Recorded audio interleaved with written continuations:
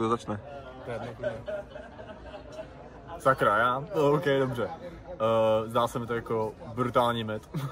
Čekal jsem o to větší očekávání, chtěl jsem jako trochu víc jako osobité. Líbilo se mi taková, jako, nevím, nějaká větší jako taková fun komiksovost, ale in the end to úplně pro mě nefungovalo.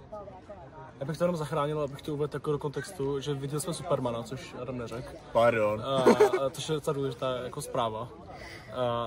Ty vole, já jsem si říkal, jako kdyby mi bylo 10, tak asi by byl docela nadšený. Ale přišlo mi to vlastně dost místy fakt jako infantilní, taková jako zábava pro 10letý děti. Na druhou stranu, včas jsem se jako bavil, bylo to občas jako zábavný. Akční scény byly pro mě teda jako docela utrpení. Říct, že tam se jako, tam přišlo docela jako blbost. Nelíbilo se mi.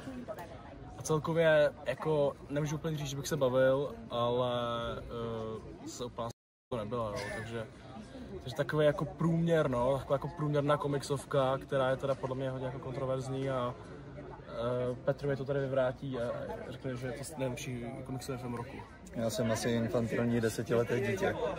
Let's go. Je to super. Není to super. Je to lidský, ono to miluje, ono se to někdy bojí a dělá to krok za krokem. Superman to dělá. Takže ten další film byl lepší. Možná?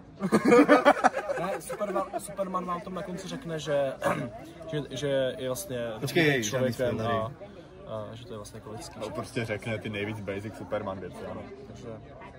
Ale je to hezký, má to srdíčko. Jo, a to já mám rád. Má to barvičky.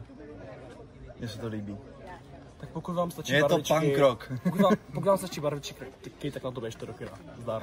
Čus.